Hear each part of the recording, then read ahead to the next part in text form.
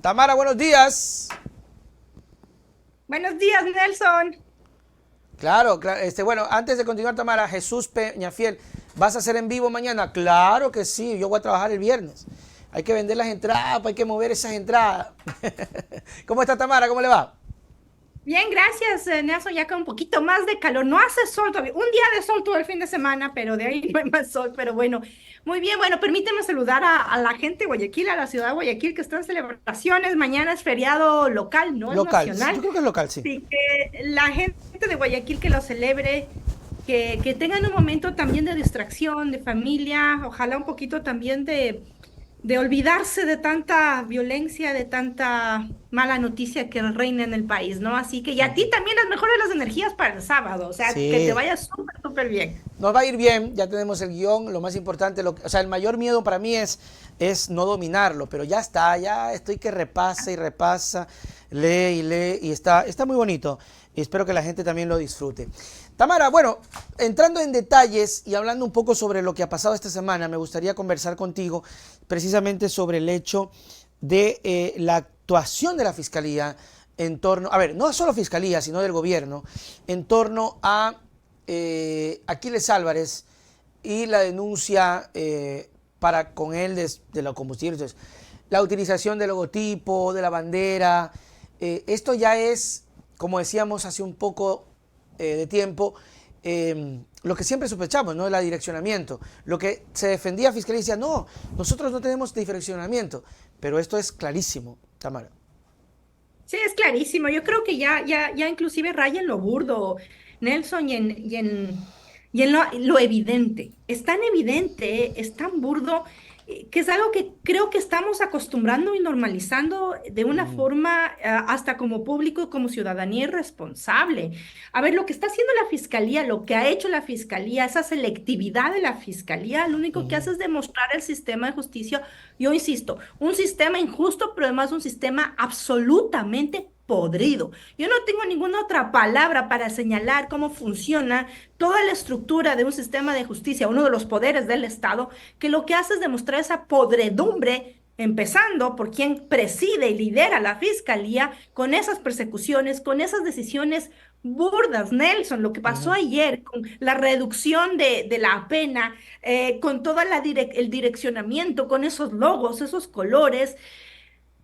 El problema, creo yo, ya ni siquiera es la fiscalía, no es el sistema podrido, no es la misma señora fiscal, es la ciudadanía que permitimos todavía que esto sea un aval, que esto sea normal, que esta sea la forma de impartir justicia en un país que no es justicia, es una persecución clara. Uh -huh. Esa ese poder o esa presencia que tiene hasta oscura y nefasta la señora fiscal demuestra además que tenemos un sistema donde la mayoría de gente tiene rabo de paja, porque cuando tú no tienes rabo de paja, eventualmente tú vas a tener miedo, vas a tener un poco de recelo, además de enfrentarte en las denuncias, Uh pero -huh. yo creo que tanta impunidad frente a esta podredumbre y este abuso desde la fiscalía tiene que ver con el rabo de paja que muchas personas tienen, que terminan siendo chantajeadas, hostigadas por la misma fiscalía como institución para poder rendir un poco la pleitesía y seguir las órdenes de quien eventualmente y aparentemente es dueña del país, Nelson, y es dueña de la justicia, porque si tú controlas la justicia, lo controlas casi todo. Uh -huh.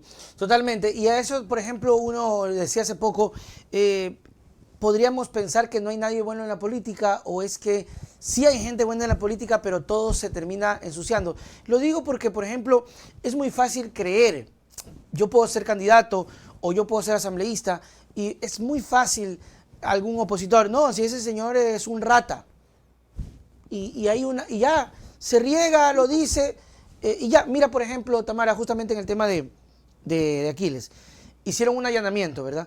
Y un asambleísta, no me acuerdo el nombre, pero es el que incluso fue ponente en contra del juicio de, no, era ponente del tema de Terán, de ADN, no me acuerdo el nombre, decía, bueno, dice, la fiscalía hizo un allanamiento, o sea, si te allanaron es por algo. Oye, o sea, el pana se olvida que aquí te allanan y no es por nada. Y además te llenan por nada. Mira, yo ayer leía un artículo de Felipe, en primicias, donde él relata como abogado de defensa, inclusive económica, de toda la justicia económica, relata el caso de una pareja y da un ejemplo del terror y del horror, de la mediocridad, de la podredumbre del sistema de justicia que termina persiguiendo, encarcelando a una pareja porque la pareja decide invertir su capital en su banco de confianza y el SRI este estado que manejaba inclusive la señora Diana Salazar antes de ser fiscal, Guafe. se me va ahorita esa, terminan asumiendo que esta pareja de una familia tradicional eran criminales, estaban haciendo lavados de activos porque ni siquiera se comprende lo básico. Vayan, lean el artículo de Felipe, les puede caer bien o mal lo que representa Felipe en el ejercicio de su profesión, inclusive de su relato mediático, pero vayan y lean la historia que nos está contando, que es de horror y de terror porque podría ser cualquier persona en el Ecuador. Puede ser cualquier ciudad, de hecho ya lo son. Entonces tenemos un sistema, los sistemas mediocres, podridos, y que lo único que les importa a las autoridades que están ahora como autoridades, visibilizando y mostrándose con un sistema corrompido, es defender sus intereses individuales o defender los intereses de quienes les presionan o ejercen presión sobre esas autoridades para que hagan su trabajo direccionado. Hacer un trabajo direccionado, Nelson, es corrupción. Es simple y llana corrupción. Abstenerte de hacer tu trabajo, poniendo condiciones a tu trabajo como autoridad pública, como asambleísta, porque no te gusta o no te parece lo que va en la denuncia o como tú quieres ir que vaya la denuncia por intereses políticos o por defensas políticas, es corrupción. No hay ningún otro nombre para señalar ese tipo de comportamientos. Y eso es lo que vemos y hemos normalizado con tanto silencio, con tanta aceptación. Yo creo que está a mano de la ciudadanía decir que esto no es normal y que esto no está bien y darnos cuenta la podredumbre de los sistemas alrededor de la vida del país. Y yo creo que ahí está el desafío para que la gente pueda tomar una decisión consciente y una decisión responsable sobre su presente y sobre todo eso del futuro de las generaciones que tenemos, porque el éxodo de migración, así sea arriesgando la vida, sigue permanentemente a diario sucediendo en un país como el nuestro. Y siempre va a ser esa la discusión, es decir, hasta qué punto podría la gente realmente reaccionar, aceptar, y que podría haber otro tipo de elección. Y eso nos lleva a la conversación que teníamos en portada sobre ya los candidatos. Creo que en agosto ya tienen que tener definidos los candidatos. Ya la próxima semana va a haber ya pronunciamientos, pero se empiezan a barajar algunos nombres, incluso con mucha sorpresa. Yo no sabía, pero ha sido real, de que Carlos Rabascal va por la izquierda, todavía no certificado, pero que va a participar en las primarias. ¿Cómo ves hasta ahora el panorama político del país en torno a las elecciones que están a la vuelta de la esquina? Porque estamos ya a mitad de año, entonces... Septiembre, octubre, noviembre, diciembre, enero, febrero. Tenemos exactamente 6 meses. 6 meses. Porque, a ver, pero las campañas empiezan en enero. Sí, y además tenemos un calendario electoral. Estaba hablando con un amigo esta semana como para comprender cuándo una candidatura esté firme, porque lo que tenemos ahora en esa lista, en esa portada tuya, son precandidatos, de mayoría hombres, y precandidatas mujeres. Y lo que tiene que pasar en la primera semana de agosto, tengo las fechas en mi cabeza, tengo inclusive el calendario electoral entre mis favoritos para regresar a ver, es el proceso de democracia interna donde los partidos políticos van a posicionar a los precandidatos o el binomio de precandidaturas, inclusive de la lista de asambleístas, para que exista esta democracia interna y se decida. Entonces tenemos un panorama diverso de personajes y personas que están disputando el poder llegar a ser un candidato o una candidata en el binomio presidencial en firme, pero para que eso suceda tiene que haber todavía muchos procesos. Ahora están los partidos políticos, ¿qué es lo que pasa? Los partidos, movimientos políticos posicionando los nombres de esos binomios, de esos personajes, de esos líderes, para después poder tener su proceso de democracia interna y finalizar con la presentación de un binomio. Eso lo está haciendo todos los partidos políticos y al mismo tiempo tienes los políticos o personas o personajes que han estado en la disputa, en el debate político, también dando ese paso para mostrarse como precandidatos. Se supo de Pedro Freile, se sabe de Henry Cucalón, ayer se hizo ese anuncio de Carlos Rabascal, entonces tenemos muchos personajes y al mismo tiempo los partidos políticos. ¿Qué es lo que va a pasar aparentemente, no aparentemente, oficialmente con Izquierda Democrática este fin de semana? Es que van a tener ese proceso de democracia interna, inclusive de afiliación, y yo lo veo con unos ojos necesarios en esta disputa política de presentar propuestas de alternativas a la ciudadanía. Y la Izquierda Democrática ha tenido una bastante borroscosa y compleja y complicada como partido en los meses pasados y en un pasado reciente, pero también tiene una referencia histórica en el país de lo que fue el gobierno de Rodrigo Borja. Y después también pasaron por ahí figuras nefastas que ni siquiera vale la pena darles el nombre ni el reconocimiento, que destruyeron un partido político, de todas formas, que tiene una presencia nacional de la socialdemocracia, de la izquierda, que permite también disputar en este abanico electoral que tenemos. Y que además, Indudablemente. Tamara, Dime. y que además, como yo decía, no termina siendo tan caótico el hecho de que te decidas un partido. Lo digo por Hervas, porque Hervas, cuando salió la primera vez, le fue bien. Levantó al partido, le dio representatividad en la asamblea. O sea, hay que reconocerlo. El PANA hizo un trabajo interesante, ya no le funcionó después, por obvios temas políticos, porque esto de la política es de largo aliento, pero a lo que voy es que hubo un grupo de gente que se identificó con Hervas, que le gustó lo que dijo Hervas, y dijo, hay un número ahí al lado, que es el 12, y hay un colorcito que es el naranja. O sea, podría ocurrir algo así, ¿no? Con Sí, Rabascal. no, bueno, yo creo que Rabascal tiene una imagen y una presencia política innegable en el país. Podemos decir que si es conocido o no es conocido, más allá de cómo se trata de enlazar y siempre poner esta etiqueta de correísmo o anticorreísmo, ¿no? Porque No va a entonces pasar dicen, eso. Carlos Rabascal viene correísmo. Carlos Rabascal no ha estado afiliado a la Revolución Ciudadana, no lo digo yo, lo ha dicho él públicamente. Además, su postura siempre ha sido de concertación y siempre se ha presentado como, creo yo, lo está haciendo Henry Cucalón o el mismo Pedro Granja o el mismo Leonidas Diza, se están presentando en sus posturas ideológicas y de lo que son. Pero siempre hay esta necesidad de decir correísta o anticorreísta y dividir al abanico político en la fanaticada y la feligresía extrema que está hundiendo al país. Y esa fanaticada y feligresía extrema termina siendo el correísmo y el anticorreísmo. Pero en el medio, Nelson, tenemos la disputa de un montón de personas que no se identifican ni con lo uno ni con lo otro y que están en la necesidad de tener una referencia y una posibilidad que sea fuera de estos extremos. Y ahí están una dispersión de candidaturas que tenemos que ver en este corto tiempo que tenemos. ¿Quién tiene la capacidad de liderazgo, de consistencia, de coherencia? De carisma, porque además esto se trata de Claro que sí. carisma de dejar los insultos, de dejar las descalificaciones, de dejar la agresión, porque ya somos un país que estamos hundiéndonos en la agresión, las clasificaciones, en las violencias. Necesitamos lo que se llama la tercera vía. Y estos candidatos del abanico que van apareciendo quieren posicionarse como la tercera vía. A ver, ¿qué significa la tercera vía? Significa no ser fanático o fanática correísta y tampoco significa ser odiadora y odiador anticorreísta, que es lo que nos lleva al país a esa disputa y que si reflexionamos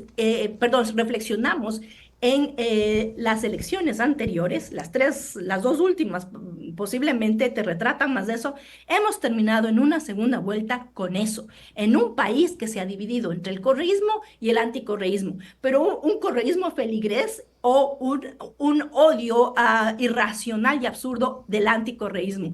Y en el medio hay mucha gente que inclusive está hastiada, está cansada de esta Y politiquería que, y considerándose votar nulo, ¿no? claro, y que Noboa también ha contribuido mucho a destrozar eso, porque mucha gente votó por Noboa por esa tercera vía, pensando en que era el candidato que va a traerle paz, y ya hoy, lo dicho por Maluc, Noboa es el abanderado del anticorreísmo y ha decepcionado mucho a eso. Esa gente, por ejemplo, va a esperar un candidato. Y tomando en consideración que la gente no, ese personal que está en medio, no es que se afana en que, ay, no, no, correísta vaya, ay, no, no, anticorreísta vaya, sino que va a ver al personaje. Tendría entonces que la dinámica de los candidatos y de los partidos es pensar en eso, en que no sea el partido ni el número, sino que el candidato logre atraer. Porque la gente que tiene voto duro te va a votar por el correísmo a ciegas. Ese es Y los odiadores te van a votar en por contra cualquiera que te diga a que odia correr. ciegas. Así Entonces, es. el reto sería ir por ese ahora. Pero la cosa va con las respuestas. Porque, por ejemplo, a Rabascal le van a decir, a ver, si usted es pana de Correa, a ver, entonces, ¿cómo va a defender eso? Y ahí tendríamos que ver, Tamara, la astucia, en este caso de Rabascal, para poder responder eso. Y Yo no creo que caer a en la Carlos, feligresía. sí, yo creo que a Carlos, al mismo Pedro, a Leonidas Issa, les toca posicionarse con la capacidad, el carisma, la preparación y el compromiso político que tienen con el país y a la gente a la que se deben todos los candidatos de las candidatas, porque es que no van, bueno, por ahí hay un tipo perdido que dice yo quiero ser candidato porque se le ocurrió, pero qué aglomeración, qué grupo, qué apoyo, qué personas están respaldando, endorsando no solamente la candidatura o el partido, que en este caso en la política ecuatoriana necesitas un partido sí o sí para participar, ¿no? Sino la propuesta política de esa candidatura, que va inclusive más allá del personaje, que va más allá de que si es carismático o no. ¿Cuál es la consistencia, la coherencia, la propuesta, el llamado a construir una política? Y atención, Nelson, aquí también algo para reflexionar, no para ganar las elecciones del 2025, porque no, eso es tener una mirada muy ambiciosa individual a corto plazo, para posicionar una transición política, una propuesta política de largo aliento que le permita al Ecuador, al país, un poco ir sumándose a una marea de política que no sea autodestructiva, que no sea de persecución, que no sea de venganza, que no sea de odio, que no sea de egos, porque además aquí tenemos egos, sino que sea propositiva para la ciudadanía y para las generaciones que tenemos ahora y que van a seguir llegando y para las que inclusive se fueron y están pensando irse del país.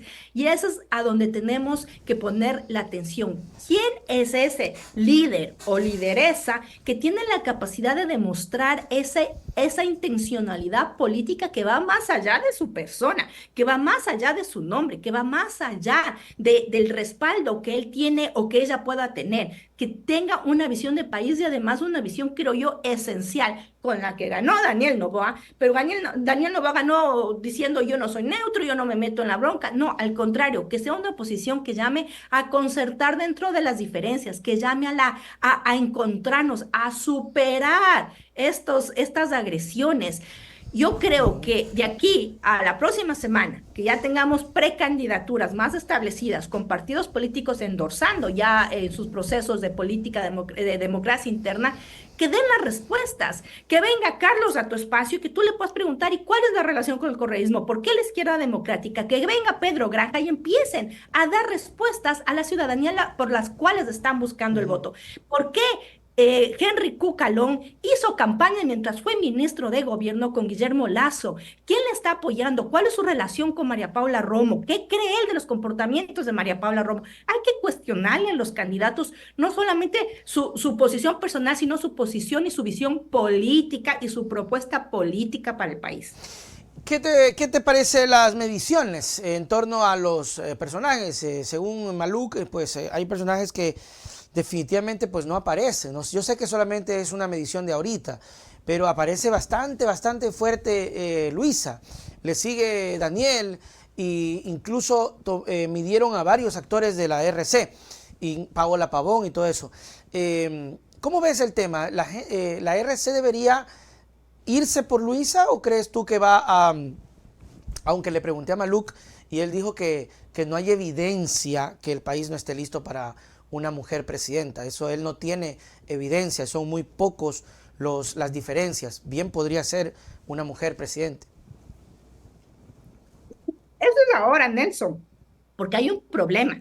Ahorita estamos asumiendo, con todos los nombres que se están dando, las mediciones de la gente que no está involucrada ahorita en la potencial candidatura de una mujer o la potencial candidatura de un hombre. Eso es ahorita, las mediciones son del día.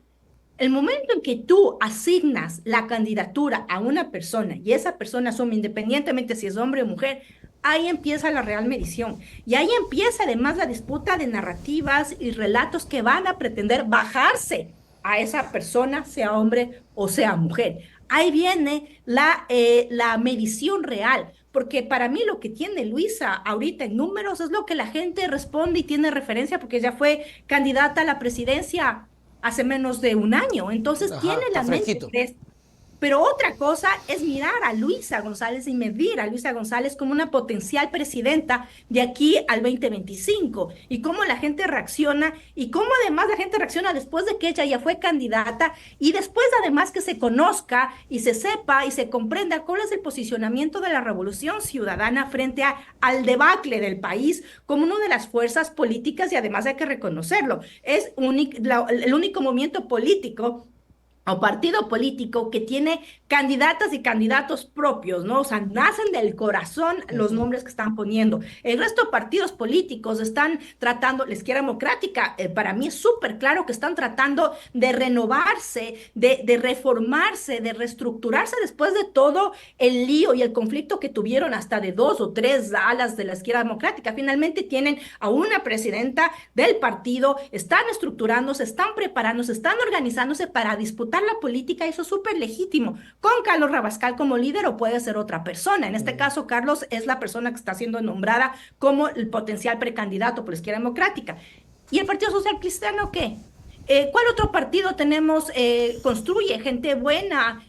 Yo no sé cuántos otros más hay. Pachacuti, por ejemplo, súper claro también con la precandidatura Leonidas Issa. Y tenemos otro contendor, que es Daniel Noboa con su partido, ¿ya? ADN. Entonces tenemos estas figuras y la medición concreta tiene que venir después de que se haga el anuncio ya de candidaturas oficiales y que ya entran a la disputa. Pero eso va a ser en A septiembre, creo.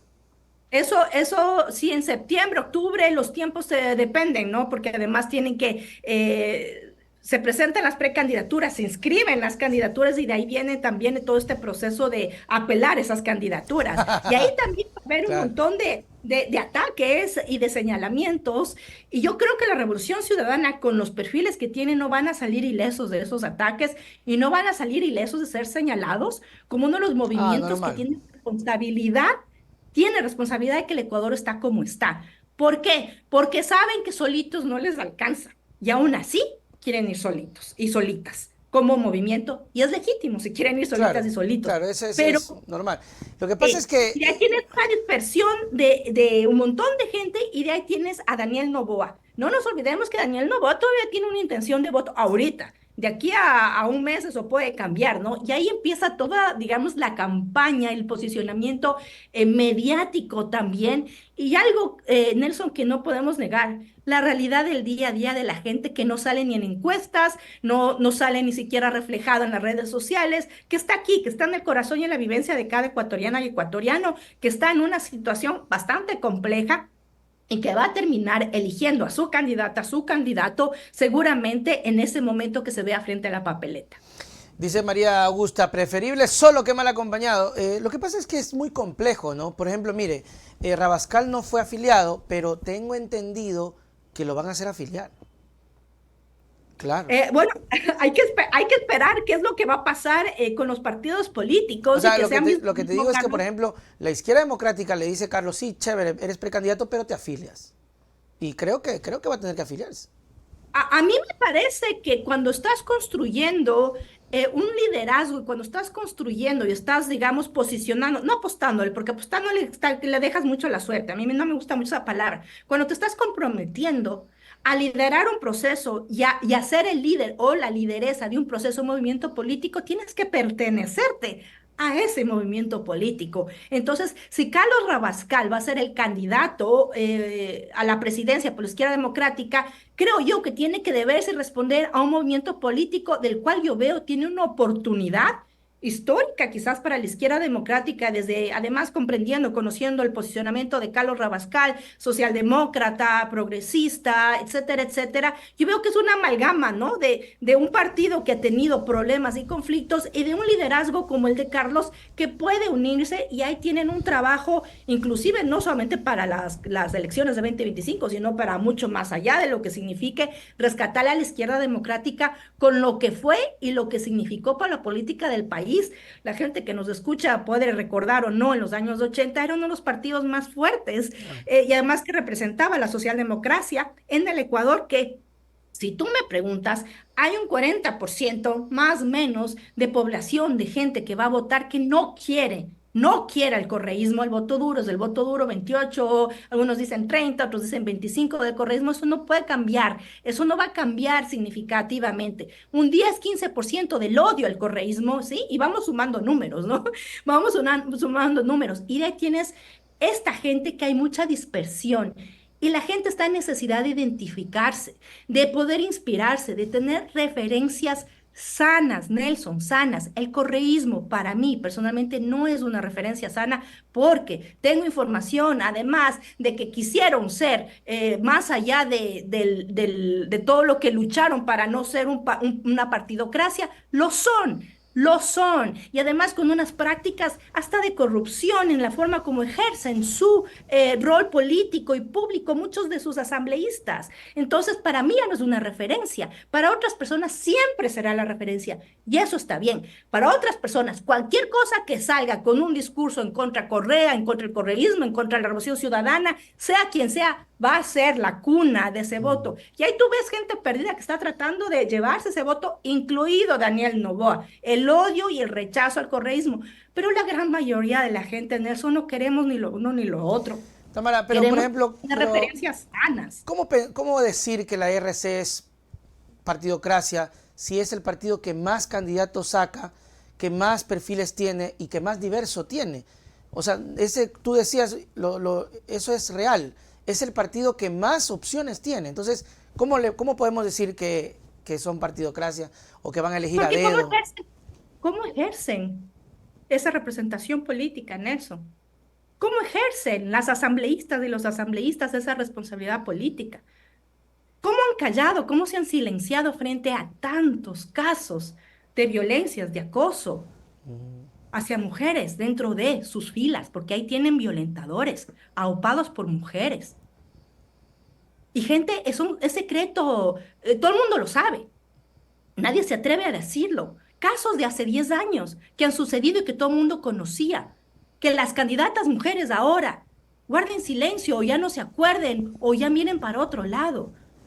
Pero si no han sanado, no han hecho ese proceso de responsabilidad, inclusive de sanación y de limpieza, de depuración de prácticas que se repiten, se mantienen, se sostienen, se perenizan, que hace que mucha gente que creyó, fue parte de eso, apoyó con plata, dinero y persona, no yo, muchas otras personas, se alejen porque ya ves también unas prácticas que están totalmente lejos de lo que dicen ser y lo que hacen está en total discordancia con lo que dicen ser. No lo digo yo, eso el país lo sabe y la gente lo sabe. Por eso también tienen y mantienen una feligresía que no entiende discusión, no entiende crítica, Pero que es si que te eso dicen también es porque que es el algo bueno hicieron. correísmo, ¿cómo? Eso es también porque algo bueno hicieron, es decir, entendible el partido, o sea, el partir la Por opinión. Porque, supuesto, por pero eso ejemplo, ya no les si fuese alcanza. tan malo, no tuviese voto duro y todo el mundo estuviera rechazando. Comprendo lo que tú Pero si dices no y sé fuese por tan dónde. malo, hubiesen ganado las elecciones Es que no le solos. alcanza, no alcanza. ¿Por Eso qué? estamos claros, no alcanza. Es que no Y alcanza, no alcanza. además, Y no le alcanza a además nadie. no le alcanza a nadie. Y además hay que reconocer algo rápidamente, Nelson. La Revolución Ciudadana ha sido proscrita en la narrativa, en los medios, ha sido su reputación con toda la persecución, les ha menoscabado también. No hay que negar eso. Yo no digo que Claro. todas las acusaciones de persecuciones, de corrupción sean ciertas Hay porque casos y claramente casos. no lo son. No lo son, han sido perseguidos y proscribidos y lo siguen siendo, pero no pueden enterrarse en eso y aferrarse a eso y aferrarse a las cosas buenas que hicieron hace más de 10 años, porque la gente ya no reacciona y no responde a eso. Entonces se quedan en un círculo tratando de sobrevivir con todo además el ejercicio político de sus asambleístas, que no, yo no generalizo, hay muy buenas asambleístas, muy buenos asambleístas, pero hay otros que no lo son. Entonces, ¿cómo queda la revolución ciudadana después de este ciclo? Versus Daniel Noboa con todo el poder del Estado que trata de meternos todos los días mentiras e infamias a través del poder estatal que tiene y controla. Entonces, estamos en una disputa donde no se sabe qué está pasando, no se sabe qué va a pasar y las mediciones, las encuestas es del día de hoy, porque mañana o pasado mañana ya no reflejan lo mismo porque la vorágine de la realidad del país nos demuestra eso. Y ese es el desafío para todas las candidatas y los candidatos que quieran llegar a la presidencia, a disputar la presidencia del país. Así es, bueno, vamos a ver qué pasa en estas semanas, en lo que viene y esperando que obviamente tengan en claro que ese factor de personas indecisas, que están decepcionados de todo, es muy grande y que ahí es donde está la victoria. Tamara, tus palabras para despedirnos.